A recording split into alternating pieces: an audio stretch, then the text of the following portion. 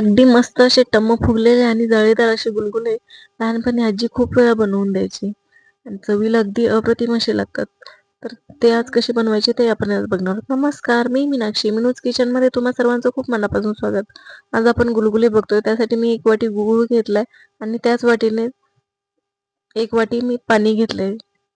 गूळ त्या पाण्यात व्यवस्थित असं विरघळून द्यायचंय. जास्त त्याचा पाक नाही करायचा, फक्त नॉर्मल असं विरघळून घ्यायचंय. तोपर्यंत मी इथं 2 वाटी गव्हाचं पीठ घेतलेलं आहे.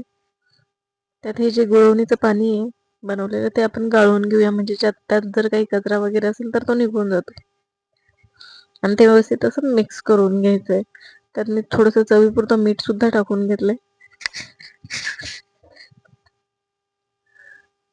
त्यात थोडीशी आपण बडीशेप टाकणार आहोत. ती बडीशेप मस्त अशी दाताखाली ज्यावेळी लागते ना, ती खरंच अगदी छान अशी अप्रतिम अशी चव लागते. ते व्यवस्थित असं मिक्स करून घ्यायचं. तुम्ही बघू शकता या पद्धतीने असं फेटवून घ्यायचं, म्हणजे त्याच्यात गुठळ्या राहणार नाहीत. आणि हे व्यवस्थित असं फेटून घेतलेलं आपण थोडा वेळ झाकून ठेवूया.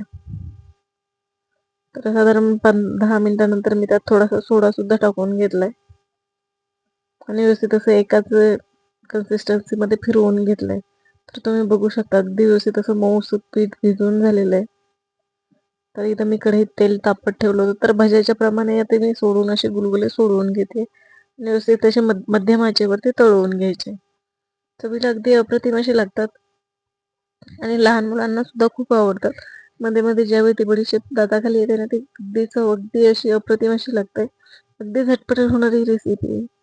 तुम्ही बघू शकता या पद्धतीने असे गुलगुले सोडवून घ्यायचे. तुम्हाला जर चमच्याने सोडायचे असले तर तुम्ही ते चमच्याने सुद्धा असे सोडून घेऊ शकता आणि व्यवस्थित असे मध्यम गॅसवर तळून घ्यायचे.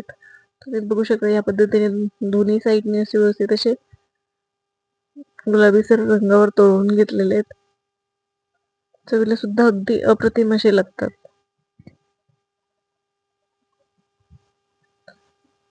तर तुम्ही बघू शकता दोन्ही साईडने असे व्यवस्थित असे तळून झालेले, त्याला एकदम मस्त असा गुलाबीसर रंग आलेला आहे. दिसायलाही खूप छान दिसत आहे आणि चवीला तर म्हणाल तर अगदी अप्रतिम असे लागतात.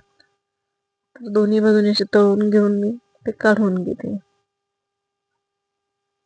तर तुम्ही बघू शकता या पद्धतीने मी दुसरे सुद्धा पार्ट मध्ये तळून घेते. तर ते सुद्धा मी तसे सोडून घेतले आणि असे व्यवस्थित असे मिक्स करून तळून घेते.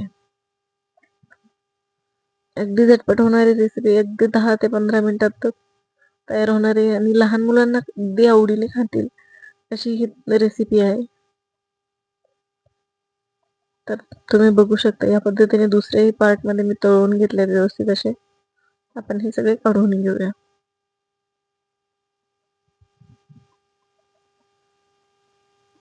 तुम्हाला जर ही रेसिपी आवडली असेल तर लाईक आणि शेअर नक्कीच करा. तसेच मिनूज किचनला सबस्क्राईब करा. पुन्हा भेटूया अशीच एका नवीन रेसिपी सोबत. तोपर्यंत धन्यवाद.